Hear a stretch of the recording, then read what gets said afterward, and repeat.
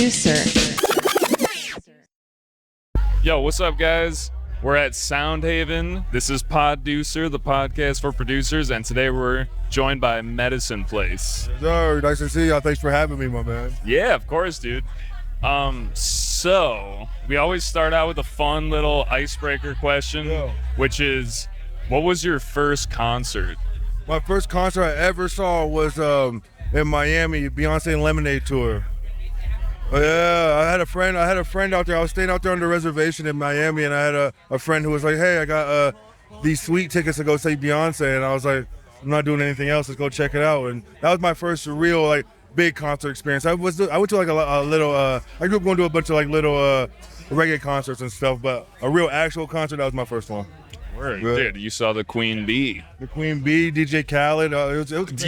You got Khaled in there? It was a crazy concert, man. It was real wild thinking back at it now. Yeah, it was a good random trip. It was definitely worth it. That sounds like a good one. I feel like, I say sometimes you answered the question correctly. Yeah. Like if someone said it was just like I just want someone to say the Wiggles. Yeah. That's like the ongoing lore is that someone says that. The Wiggles? Yeah, that. I wish I could have did that. That's good. I have a son now, so it's like maybe I'll take him to Wiggles, so that'll be his story. Dude, it'll be his first Dude, hell yeah, make that happen for me, please. Yeah, I grew up going to Sesame Street Live. You remember Sesame Street Live? And it was like the first. It was like the first foundation of the Wiggles. So it was like, yeah. I remember my mom used to take me to that back in the day. So we had to keep that tradition going. That might be your first concert. If it was all the concerts, that's my first concert. Is Sesame Street Live. But they do other stuff too, right? It's like they have like teaching moments and like. But if you think about it, it's kind of like a concert though. It is like a big concert. Got to see Big Bird get down. You know what I mean? Elmo go crazy. Big Bird's going crazy. Yeah. Well, so you said the reservation. This was something I want to talk to you about.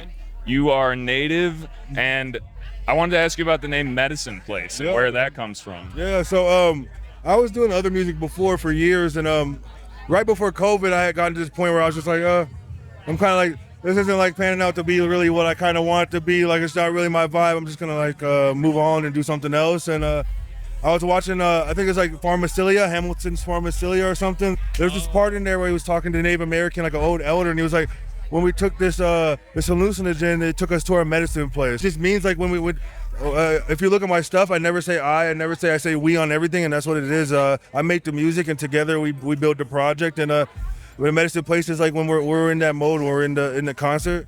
That fear you feel when you're going in, that's called your medicine place. You know what I mean? And like we build it together. I bring the medicine, we'll build the place together, and that's just kind of how I felt about it. And it was kind of one of those moments on this path where it was like it was like a movie moment. I heard that, and it was like, oh well, this sounds like what we're going to do going forward. Dude, no, that's really cool. I've always felt like music, it's like, first of all, healing in a lot of ways, but it is a drug. Like it really affects our brain in a lot of ways. So yeah, you're providing the medicine. Yeah, I believe it's like a big influence. I believe it's like one of the purest influences we have. You know what I mean? Everybody loves some sort of music or sound or something. If I meet somebody who doesn't like no music or no type of harmony or anything, I mean, I can't really trust that person. I met, so there was this girl in my high school, this is back in the day, this girl that we all thought was like beautiful, and we saw her at the beach. All of my friends were like talking to her. We didn't normally talk to her, and we're like, oh, what kind of music do you like? And she was like, yeah, like I just listen to whatever my friends listen to. And like that brought her down from being gorgeous to like, we were like, no, what? Because I feel like a lot of you can tell people's personalities, and like that's why we're out here right now. You can tell about people's personalities and how you feel. I say I've been listening to music my whole life, and I love it. And like there's music I hear where I can, in my brain, I can go right to that part where I heard it for the first time. And I like to say you can be your total self in it. When you're in the medicine place, you can be your total self. You know, people are looking after you. I wanted to ask you a little bit about like reservation and what that's like, and how long you lived. The reservation. So my mom grew up. So I come from like a family that's been on the reservation for a long time. My mom's the youngest of 12 brothers and sisters. I come from like bloodline of that. Like there was chiefs in our bloodline. You know what I mean? And it was being a traditional Native American and learning your culture and doing the ceremonies and doing all that was a big part of my mom's family life. You know what I mean? My mom didn't have running water till she went to college, and my mom was the first one to move off her land. So she was the youngest of 12. and she met my dad when she went to Iowa City, when she moved off the land, and she just stayed away. And so I grew up back and forth out there, but definitely a part of the ceremonies and stuff, and definitely I'm thankful that I got to experience that in my lifetime after going abroad and seeing how many people, even Native Americans that I meet along, weren't even a part of that culture, or like weren't involved in like those them teachings, or like the ceremonies and all that stuff. So yeah, it was a fun time, and I love it. It's a unique situation that I really cherish, because just not many people get that experience. No, I know nothing about it, and I feel like So my mom's full Native American, and my dad's full African. He's a black man, so that was even different demographic going into it, of being like one of the first brown Native Americans, or like just a different, without full-blooded Native Americans, not only coming from a traditional family, but as well as like just being one of the first in that family. And like the people I did have a connection to it, like my grandpa and a couple uncles and stuff, they really took their time to teach me stuff and teach me their ways. And my mom still lives by that. She moved away. My mom still lives by the way she grew up by to this day. Yeah, 100%. No tattoos, doesn't drink, doesn't smoke, just no tattoos. They don't do none of it. Yeah, she still lives by that same way that we've always had. I feel like this is just gonna be like a blanket statement, but like Native American people to me just seem so wise, and to be a part of those teachings 100% is so cool. Yeah, and that's the thing, like I'm a type of person, I just like I like learning, and especially about different cultures and stuff. And I always say that, like I don't really play with any, like all the stuff that my mom tells me, I don't really play with none of that stuff, because I got to be out there. And I agree with you though. They're tapped into something different. You can tell they've been here for a long time, and like the thing that's really unique is that if you look at videos of like the first footage of Native Americans, they still do the same dances, they still have the same stories. They're really big on culture and tradition and passing it down to the next generation. And I mean, there is. I feel like at this time there's a part where like that might not be a thing in going forward in society, because it's just becoming less and less Native Americans, as well as like just not only that, but just like people who are like traditional and want to learn the culture. And like so like I said, I cherish it. I got to be a part of that, and I got to learn, and like have the foundation to continue to learn. And when I played basketball, I went to almost every res, and it's fun. I love talking to the elders. I like learning about every culture, and it's dude, the elders, dude. It's like I always enjoy being with people that are older than me, because you just you learn a lot from them, and it's like my thing is I get along the best with little kids and elders, both of them. You know what I mean? So I think elders are the best, and they're so wise, especially if they've been around this long. No matter what they say, I kind of listen to them, because they have the experience. No matter what, they have the experience. So yeah, we got to respect that. Also, you mentioned basketball. You played basketball at a high level. What was it called? So I played junior college for 2 years at Tyler Junior College in Tyler, Texas. And I went to a D1 basketball college, University of Texas El Paso. They have a rich tradition. They have the Glory Road movement and stuff. So they were the first team to start 5 black players in a Division I game, and they won a national championship with 5 black players, first team ever. So I went out there, and then I tore my ACL 1 year, and after that I went to UWM for 1 year for grad school, and we went to the NCAA tournament that year. And after that, I took a year off, and I started doing this right after that. Yeah. Okay. So yeah, like basketball. Like I said, I always tell people basketball saved my life. It gave me a lot of structure. Gave me the ability to go out abroad and go see places. And I tell the reason I can be in these environments is a lot of stuff I learned through there, just of like structure and like how to talk to people, how to be a leader and talk to different people different ways. And basketball. And the travel. Yeah, it's all the same. It's pretty much all the same. Only difference is I don't have to go and get beat up every night. Now I just get to play music, and like it's good, and you got to talk to good friends. Team sports are good for people to learn. I don't know, man. Anyway, just get into a sport. That's my message.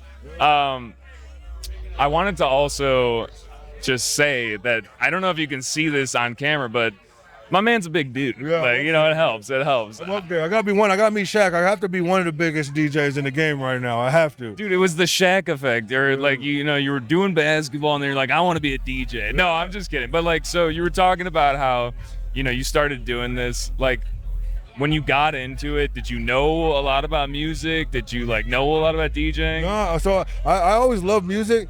I had no musical background. I never played no sports or anything. In 2016-17, I just it was just something that was cool, and I was producing hip hop at first, and then I got into start seeing the DJs I kind of on the upswing of it, like when Skrillex was coming back in 2017, and a lot of things was coming around.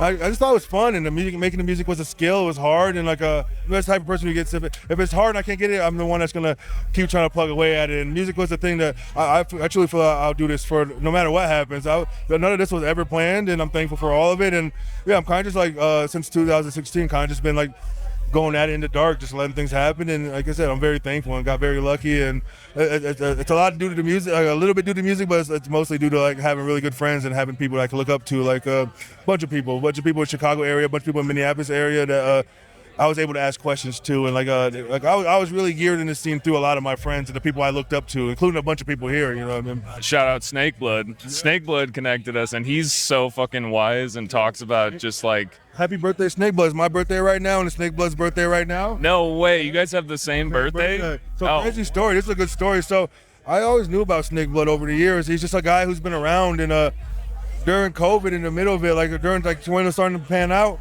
he had like a little break area, and he's like, hey, you know what I mean? I'm not really trying to do anything wild, but I'm gonna come out. I have a little time for the first time. I'll come kick it. First time I ever meeting him, and that's we hung out. That was the first time meeting him. He kicked at my house for a couple days. That was the first collab I made, which was Rims. Really like.